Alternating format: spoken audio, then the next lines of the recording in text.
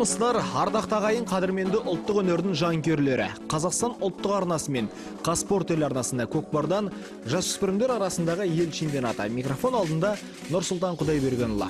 Қадірменді ағайын, бүгін сіздер Ақмола облысы Көкшетау қаласында ұйымдастырылған бәсекенің тағы бір тамаша кездесуін тамашалайтын боласыздар. Алдарыңызда Шығыс Қазақстан көкпар командасы және Ақтөбе құрама командасы өз өнерін ортаға салатын болады. Шығыс Қазақстан көкпар командасы мына топта өнер көрсетпек. Темірлан Есполатов, Жаслан Даутбеков, Данияр Турланов, Бақытжан Шерияздан, Әділ Тоқтағанов, Әділ Амангелдинов, Дархан Ақасов, Ардабек Алатаев, Бекжан Алатаев, Еркебұлан Серігов, Қуаныш Қоқымбаев, Нұржан Шерияздан. Команда жетекшісі Тохан Базарқанов, команда жаттықтырушысы Артур Бекенин. Ал Ақтөбе көкпар командасы мына топта өнер көрсетпек. Аян Нақпай, Болат Тұрсынбаев, Дәуренбек Қуанышбай, Асылбек Ағымбаев, Абдулла Мәмбетияр, Дәурен Кенесбаев, Мержан Кенжебаев, Алмат Төлегенов, Мейірбек Құлназаров, Есет Дәрібай, Арман Балымбетов. Команда жетекшісі Нұрлан Додай. Ал ортадағы төреші бүгінгі Нұрдәулет Момынов, қапталдағы төрешілер Бораш Серғазинов, Айтан Дәулет, Ақтілек Сәрсенов. Мінекей, осындай азаматтар бүгінгі бәсекеде төрелігін жасап, нақты бәсекенің көрігін қыздыру үшін күш-жігерлерін ортаға салатын болады.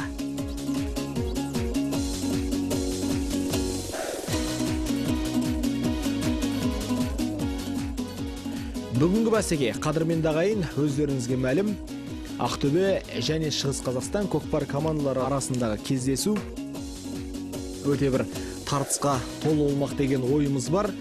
Себебі бұл жігіттер осы өз топтарында намысты қолдан бермей жоғары деңгейде өнер көрсеткен болатын. Ал жасыратын жоқ, жасөспірімдер арасындағы ел чемпионатында финалға жолдама алған бұл Әулиеата көкпар командасы және Ақмола облысының құрама командасы өз топтарында қарсылас шақ келтірмей финалға жолдама алып, бар мүмкіндіктерін салуға күш-жігерлерін дайындап жатқан жайы бар. Ал енді қазір алдарыңызда Шығыс Қазақстан және Ақтөбе құрама командалары өте мықты, сауатты, көп сайыстарда өздерінің бір күштіліктерін ортаға салып жүрген жігіттер.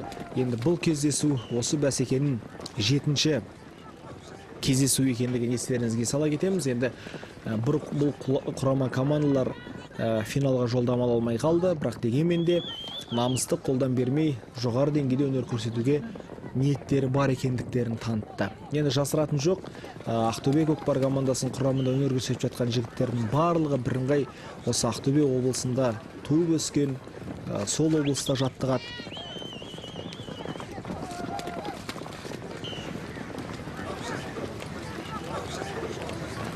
Ал Шығыс Қазақстан көкпар командасының жігіттері тура ақтөбеліктер сияқты барлығы осы Шығыс Қазақстан облысында туып өскен, сол облыста мықтап шыныққан көкпардың қыр-сырын жатық меңгерген. Енді жасыратыны жоқ, қазір өздеріңіз білесіздер, мынау Маңғыстау көкпар командасында, Атырау көкпар командасының құрамында оңтүстік көкпар командасының жігіттерінің қатары көп. Қазір мінекей Шығыс Қазақстандық жігіттер әдегеннен серкені тақымға басып Қазандыққа жақындаған болатын. Өкінішке орай қорғанысын өте бір тамаша, мықты көрінісін көрсетіп еді. Соның салдарынан Шығыстың жігіттері серкені Қазандыққа тура түсіре алмай қалды. Енді көкпарда өздеріңізге мәлім, әрбір әдіс тәсіл, әрбір қадам мықты бақылауда болады. Қорғаушылардың қызметі болсын, шабуылға шыққан сәттерде болсын, қай-қайсында нақты дайындықтың күші болуы шарт. Қазір мінекей Ақтөбе көкпар командасының шабандозы серкені Қазандыққа әдемі-ақ жеткізді, бірақ сол серкені тура ортасына түсіре алмай қалды. Бұл суретте енді осы шабуылға шыққан көкпаршыға командалық әріптестерінің көмегі үлкен қажет болатын. Сол көмекті дұрыс пайдалана алмай қалды, әрі нақты уақытында дұрыс жүргізе алмағандықтан осындай жағдайға тап болды. Яғни серкені тура түсіре алмай қалды Қазандықтың ортасына. Енді командалық әріптестері дер кезінде келуі керек.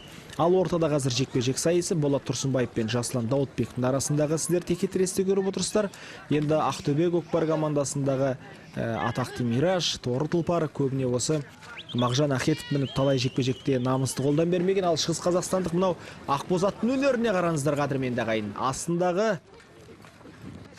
серкені егесін көтеріп алуына мүмкіндік жасап, бастапқыда өзінің қарқынын байқатқан еді, бірақ Мираж да бірден беріле салатын тұлпарлардың қатарынан емес. Өздеріңіз көріп отырғандай, Болаттың барлық қырынан танылуына мүмкіндігін жасап жатыр. Енді Ақбозат өз кезегінде бір әккі әдістерін байқатып қалды. Сол себепті осы ретте Ақбозаттың бір нақты бір Серкені егесіне көтеріп беруге тапсырмасын толығымен орындай алды деп айта алмаймыз. Ал енді Мираж бұл талай бәсекелерде лазермен текетіреске шығып жүрген. Сол секілді атақты Байтормен, сонымен қатар мынау оңтүстік Қазақстан облысындағы жақсы тұлпарлардың бірі Қаракер Арғымақпен текетіреске шығып талайында бәсекелерде қарсыластың әдіс тәсілдеріне көз жүгірткен жалпы тәжірибесі мол тұлпарлардың бірі.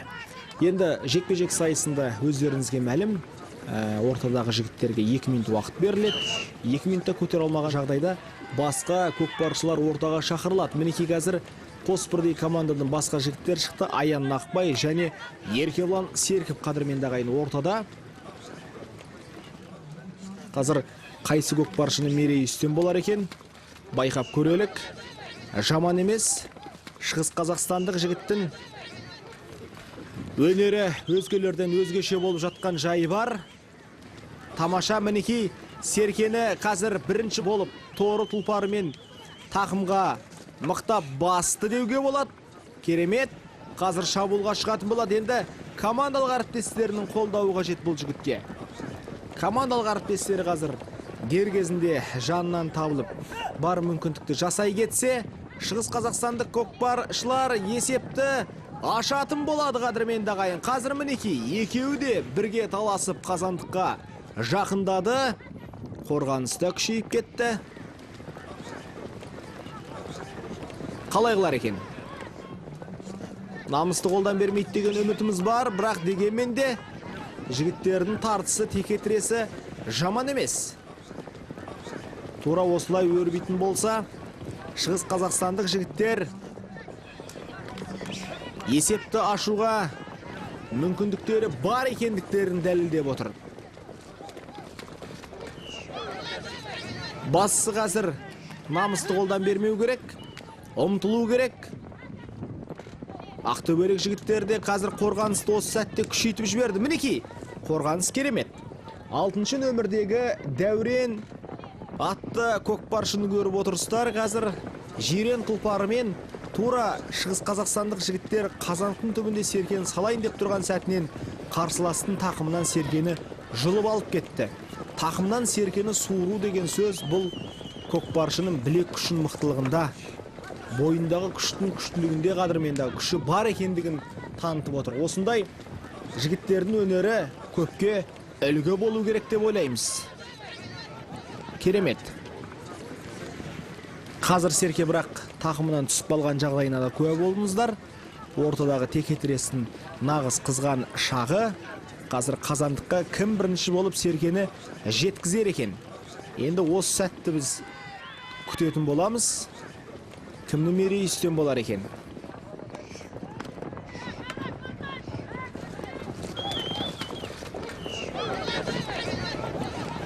Қорғаныста күшті, текетіресе мықты. Енді Ақтөбе және Шығыс Қазақстан көкпар командасының жігіттерінің өнері барлығымызға бұрыннан белгілі. Көп әдістерді қалай жасау керектігін шабуылға шыққан сәтте, жалпы қорғаныстағы әрекеттерді жүйелеп алған. Сол жүйелі жұмыстардың нәтижесінде бір тамаша бір көріністі байқауға болатындығына біз көз жеткізіп отырмыз.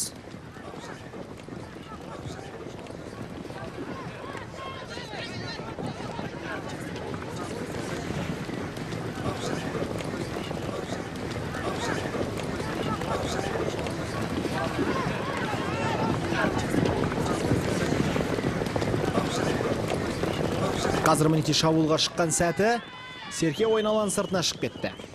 Жекпе-жек сайысы. Енді нағыз қызықтың көкесі енді басталады. Жігіттер бір-бірін деңгейлерін көрді, байқады. Аттың тұяғызды деген сияқты бойларында кішкене бір терлері шығып алып, күш-жігерлері нағыз қазір барлық қырынан көрсетуге бел шеше кірісетін сәттері. Мінекей жекпе-жек сайысында Шығыс Қазақстандық көкпар командасының шабандозы Серкені көтерді, тақымына бірақ басып үлгере алмай қалыпты.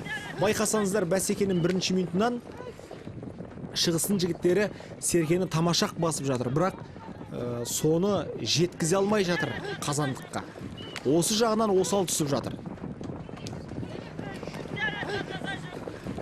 Негізі сол қателіктердің орнын толтыратын болса, керемет нәтижелі қадамдарды жасауға болатындығына біз көз жеткізіп отырмыз. Қазір мінекей Серкені көтеруге әрекет еткен Әділ Тоқтағанов Жаслан Даутбековке және Темірлан Есболатовпен тікелей байланыс орнату үшін жалпы бірлесіп Серкені Қазандыққа жеткізуге күш салып жатқандығына біз куә болдық. Атақты Ақбоз аттыны тақымдаған көкпаршыға қазір Серке бұйырды. Шығыстың жігіттері қалай қылар екен, әттеген ай тағы да тақымнан түсіріп алды. Тақымнан түсіріп алып жатыр қайта-қайта.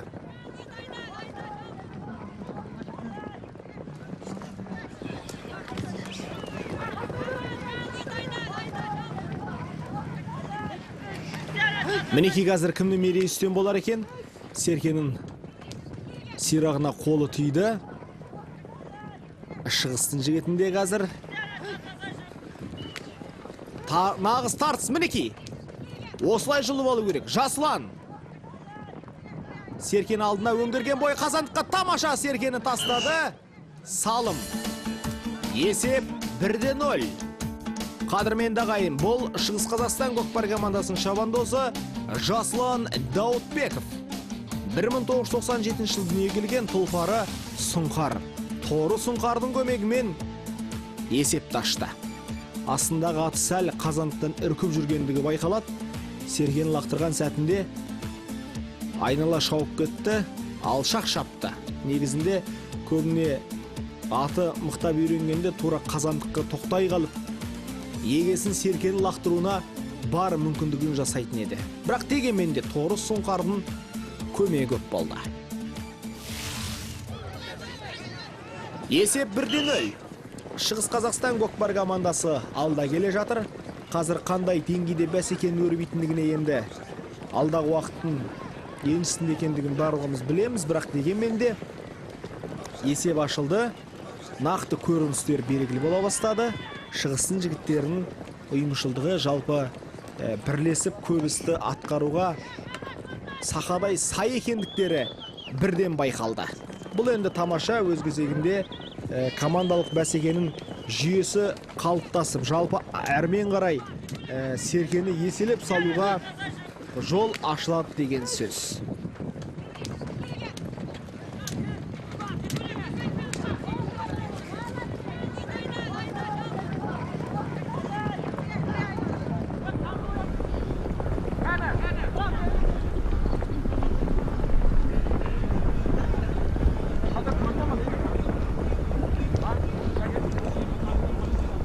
Серкені алуға әрекет етіп жатқан жігіттердің өнеріне куә болып отырсыздар. Бірақ Серкені де ережеге сәйкес 1 минут жерде жатпауы тиіс. Егер де 1 минуттан асып кеткен уақыт болатын болса, жекпе-жектен жалғасы табады. Есет Дәрібай мен Темірлан Есболатовтың арасындағы тартысты көрдіңіздер. Темірланның мерейі үстем болды. Енді Темірлан осы Серкені Қазандыққа қалай жеткізер екен? Мәселе осында.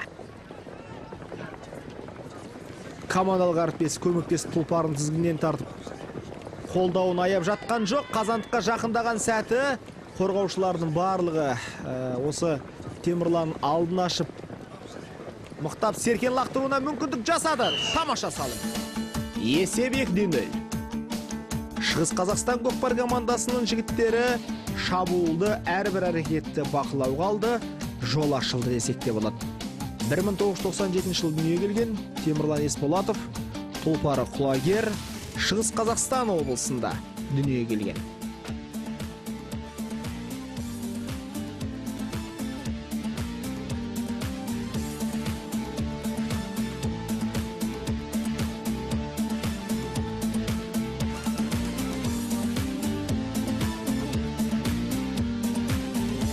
Осы салымды сараптай кетейік. Темірлан Есболатовқа командалық әріптестер үлкен көмегін тигізген екен. Соның нақты нәтижесі қазандыққа жақындаған кезде шабандоздардың іс-әрекетінен анық байқалды. Жалпы керемет. Серке қазір кіші шеңберде шабандоздарға берілетін уақыт 1 минут. 1 минуттың ішінде тақымға басу керек. Әзірге есеп 2-0. Шығыс Қазақстан көкпар командасы алда келе жатыр. Ақтөбеліктерге ұмтылу керек. Әлде болса уақыт бар. Тек қана намысты қолдан бермей күш-жігерін ортаға салу керек.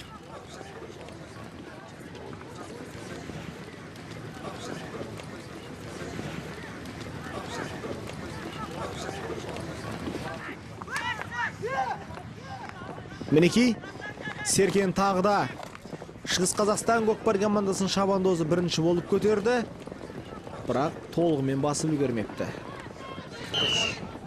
Тақымға баса алмай қалыпты.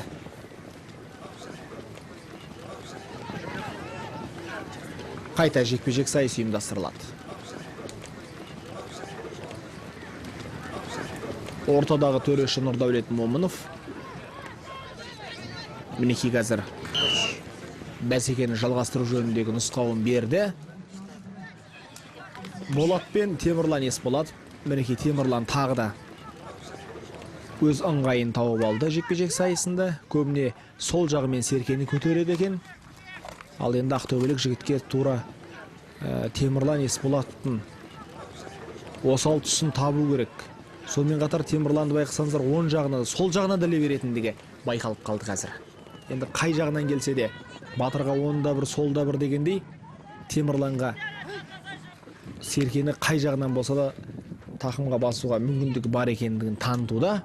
Қазір мінекей толығымен басты. Шабуылға шығатын болады. Командалық әріптестерін ерекше қолдауы қажет осы сәтте. Қазір Темірланды қазандыққа дейін жеткізу керек Серкесімен қоса. Басты мақсат, міндет осы.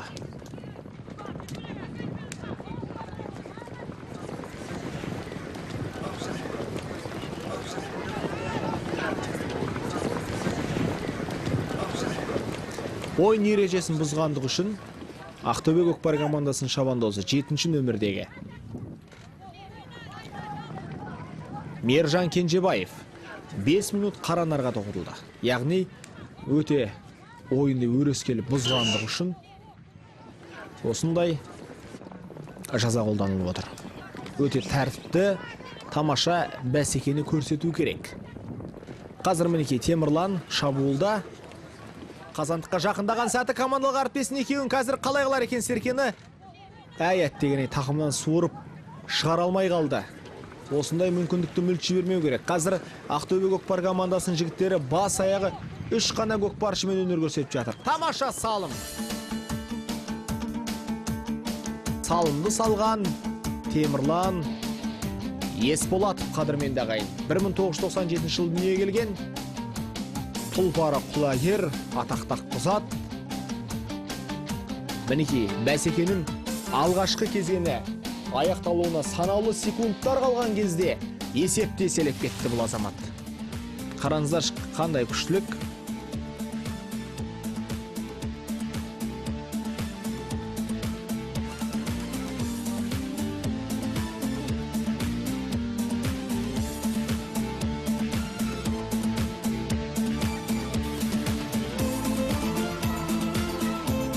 Тамаша, қандай керемет салым болды. Темірлан Есболатовтың өнері көп жігіттерге үлгі болды.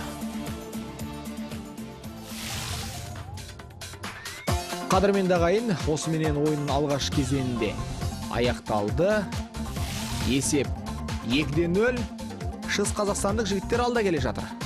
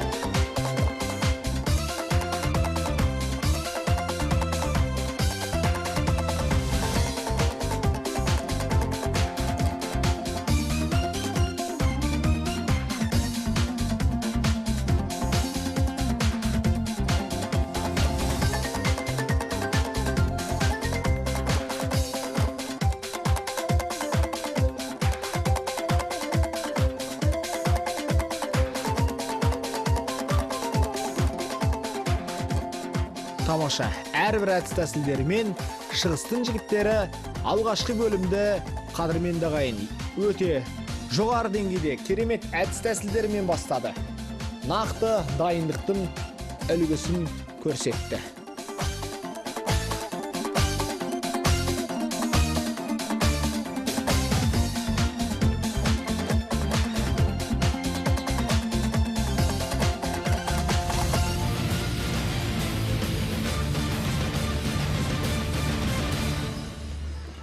Қадірменді ағайын, назарларыңызда көкпардан жастар арасындағы ел чемпионаты. Өздеріңіз куә болғандай, алдарыңызда Шығыс Қазақстан және Ақтөбе көкпар командасы арасындағы тамаша тартысты бәсекені тамашалап отырсыздар. Шығыс Қазақстан көкпар командасы алғашқы бөлімді өте тамаша аяқтады. Өте жігіттердің дайындығы керемет, жоғары деңгейде өнер көрсетті. Мінекей тағы да шығыстың жігіттері алдыға шабуылға шығуда. Бірақ нағыз текетірес енді ойынның екінші кезеңінде болады деген ойымыз бар. Байқасаңыздар, әрбір қадамды қазір бақылауға алған. Нақты жүйелі жұмыстың көрінісінде байқап отырмыз.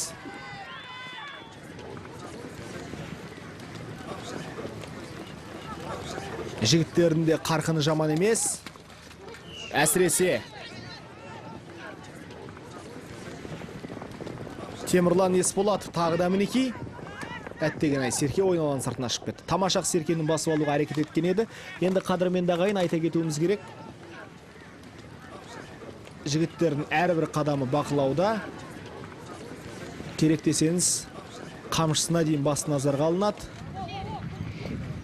Мінекей Шығыс Қазақстан көкпар командасының шабандозы осы көкпарда ойын ережесін бұзып отыр, әрі қамшы да атқа қатты зақым келтірмейтіндей болуы керек. Нақты айтқанда, кейбір жігіттер, мінекей Нұржан Шерияздан 5 минутқа ойыннан аластатылды. Қамшысы талапқа сай емес, әрі сымнан жасалынған қамшы. Бұндай қамшылар көкпар атын ұрып соғуға жалпы көкпарда қолданылмайды. Есет Дәрібай мен Жаслан Даутбековтың арасындағы қазір жекпе-жек сайысы.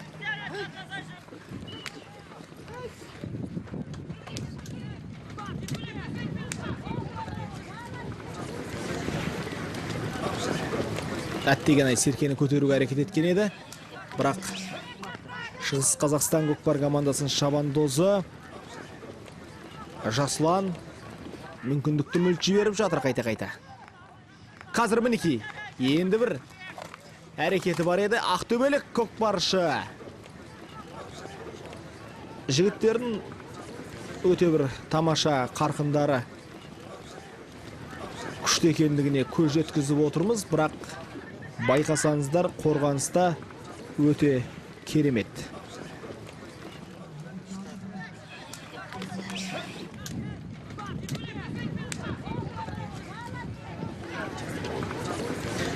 Әдемі, Жаслан қазір өздеріңіз куә болдыңыздар. Ақбозатқа мықтап Серкені тақымына басып алды. Ақбозатта барлығын тура егесі айтқандай тапсырманы мықтап орындап жатыр. Енді өздеріңіз білесіздер, мына жекпе-жек атын денесі, дене тұрқасы үлкен емес, орта денелі, жалпы бойында күш сақталған, көп әрекетті мықтап жасай алатын болуы тиіс. Осындай әрекетімен көзге түсіп жатқан жайы бар. Сонымен қатар енді жекпе-жек сайысына қатысатын аттардың бабы да ерекше дайындықтан өтуі қажет. Өздеріңіз жақсы білесіздер. Осы көкпар бәсекесінде жекпе-жек сайысында теңдесі жоқ. Қазіргі күні лазер атты арғымақ, жасыратын жоқ. Өте керемет үлкен дайындықта. Енді мінекей ортадағы төреші Нұрдәулет Момынов ағамыздың өзі қазір төрешілік қызметте, бірақ енді сол аттың бабын дұрыстап жеткізіп, көптеген сайыстарда, басты бәсекелерде қарсылас шақ келтірмей жатқан жайы бар. Есет Дәрібай мен Жаслан Даутбековтың арасындағы текетірес. Есеттің бұл жолы мерейі үстем болды, күштілігін байқатты. Бірақ тағы да мінекей. Шығыс Қазақстан көкпар командасын Әділ Амангелдинов атты көкпаршысы ойыннан шеттетілді. Енді қазір ақтөбеліктердің мүмкіндігі бар. Шығыс Қазақстандық жігіттері бар жоғы 2 ғана көкпаршымен ойын алаңында. Енді осы сәтті ұтымды пайдалану керек ақтөбелік жігіттерге. Шығыстың жігіттері тек қана деген қандай салым болар еді, бірақ бұл салым есепке алынбайтын шығар. Себебі аттан құлап түсіп барып Серкені қазандыққа түсіру бұл есепке алынбайды. Аттың үстінде Серкені қазандыққа лақтыру керек. Ортада жекпе-жек сайысы. Қазір енді Шығыс Қазақстан көкпар командасының жігіттері таза уақытқа жұмыс істейтін болады. Ал тиісінше Ақтөбе көкпар командасының жігіттері Серкені іліп алып кетіп, бір ұпай еленсе де барлық әрекетті жасауға мүмкіндіктерін салатын болады. Шығыс Қазақстан көкпар командасының жігіттерін барлық қамшысын қазір ортадағы төреші үлкен тексерістен өткізіп жатыр. Байқасаңыздар, мінекей тағы да. Мұны торы қасқан өзі керемет. Ақтөбе көкпар командасының жігіттері ұмтылу керек. Енді 4-2, 4-1 шабандозы ойын алаңында, ал Шығыс Қазақстан көкпар командасынан небәрі 2-ақ көкпаршы бәсекеде. Соған қарамастан қазір Серкенің тақымға басып алып шыққан Темірлан Есболатов мінекей торы тұлпарымен қазандыққа қарай беттей шауып келе жатқан жайы бар. Темірлан қалай қылар екен? Командалық әріптестері Жаслан да бар. Әттеген-ай, қандай мол мүмкіндік. Өкінішке орай тура ортасына түсіре алмай қалды. Серке жерде ұмтылу керек. Қазір мінекей Шығыс Қазақстан көкпар командасының жігіттері барлығы толық құрамда өнер көрсетуге мүмкіндік алды. Қаранардағы уақыт бітті.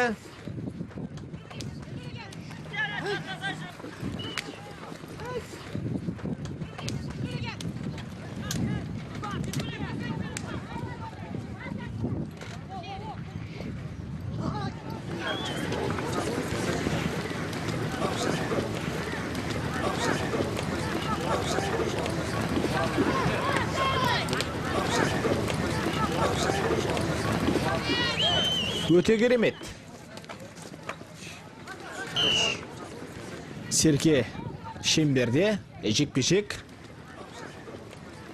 Енді сөз басында атап өткендей, аттың бабы, тұлпардың сыны, сәйгүліктің сәні келмесе, бұл көкпарда салымды болу, жалпы шабуылға шығу, түрлі айла тәсіл жасау көкпаршының қолынан келмейді қадірменді ағайын. Әрбір әдіс тәсіл, нақты қадамдар бақылауда және үлкен бапта болу керек.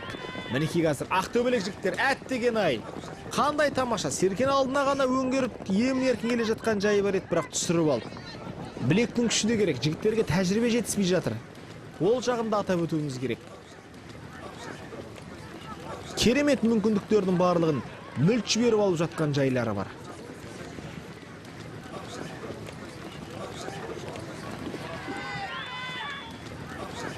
Өкінішті әрине.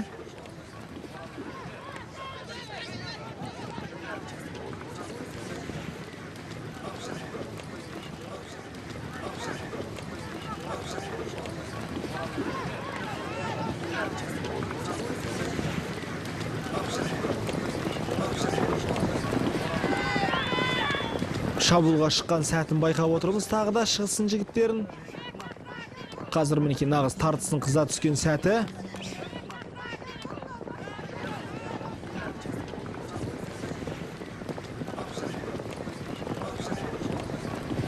Керемет, әрбір жігіттің шабуылында бір үйлесімділік бар.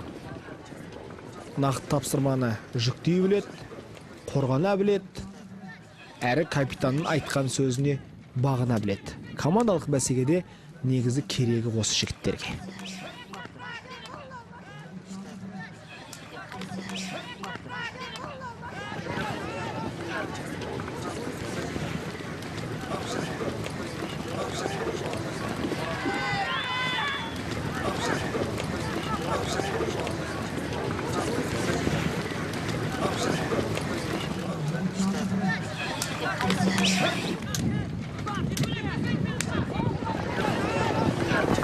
Тағы да мінеке шабуылға шыққан сәтін байқап отырсыздар.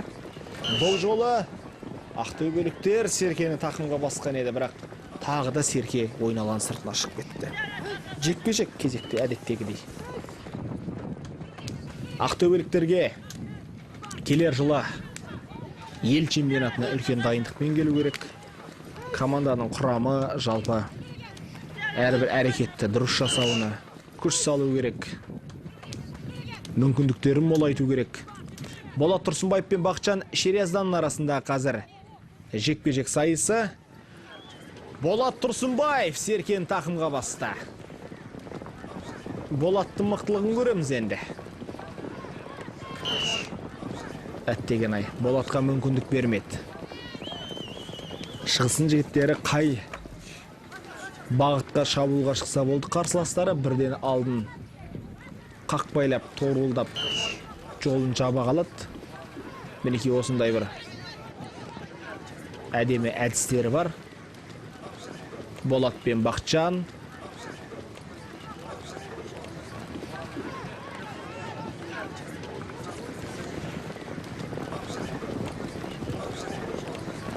Шабуылға шыққан сәті Жирен тұлпарды ел тақымдаған.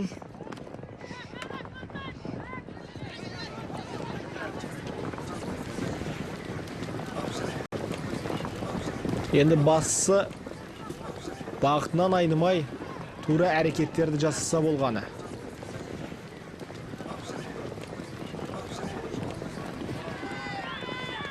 Тамаша. Қазір қалай олар екен?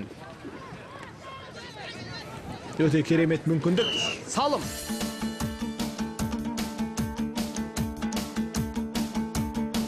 Ақтөбе көкпар командасының жігіттері бір ұпайды иеленді. Бұл Болат Тұрсынбаев салым салған қадірмен дағайын. 1997 жыл дүние келген. Тұлпары Мираж Ақтөбе облысында дүние келген.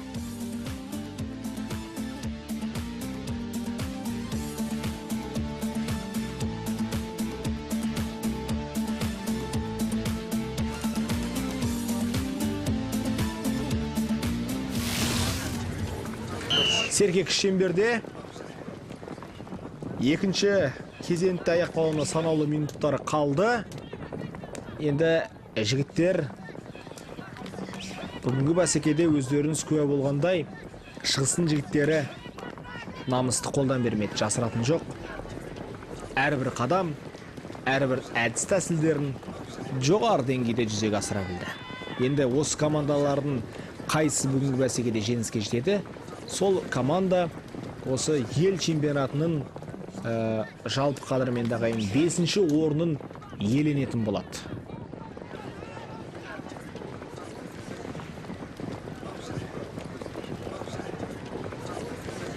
Алда өздеріңіз келесі бәсекеде Солтүстік Қазақстан облысы және Оңтүстік Қазақстан облысының құлагер көкпар командалар арасындағы бәсекені тамашалайсыздар келесі апта.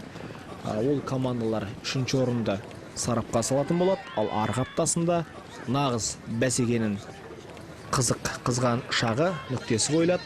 Финал, яғни Әулиеата және Ақмола көкпар командасы күш жігерлерін ортаға салмақ.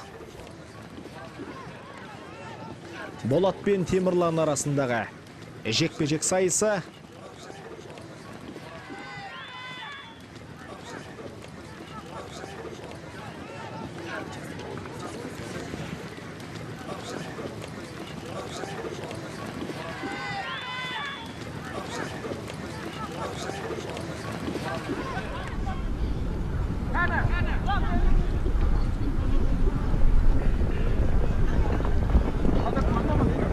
Шабуылға шыққан сәті өте керемет. Қазандыққа бір табан жақындады. Мінекей, әттегені қандай тамаша салым болар еді, бірақ дегенмен де қайта Серкені тақымға басып үлгерді. Бұл да керемет әрекет. Салым. Есеп 4-1. Шығыс Қазақстан көкпар командасының жігіттері бәсекенің соңғы минутында есепте селеп кетті. Бұл тағы да Жасұлан Даутбеков, қадірменді ағайын. 1997 жылы дүниеге келген Жасұлан Даутбеков Тұлпары Сұңқар, Шығыс Қазақстан облысында дүниеге келген. Енді жасыратын жоқ, командалық әріптестерінде көмегі көп болыпты, мінекей қазір бірлесіп, екеулеп серкені лақтырған екен. Керемет.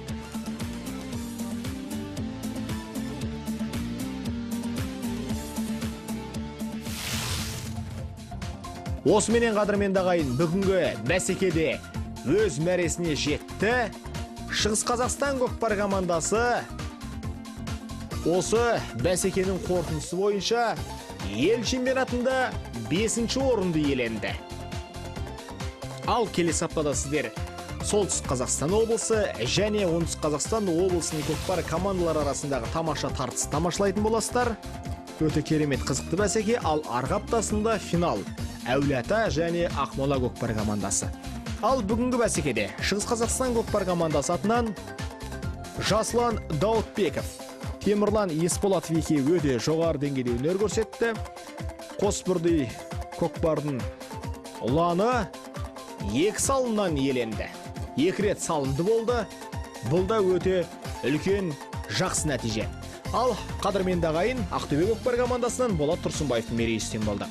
Ал қадірменді ағайын, мен сіздермен келесі аптаға дейін қоштасамын. Еліміз аманы, жұртымыз тыныш болсын. Әрдайым көкпарда тұлпарымыз сүрінбесін.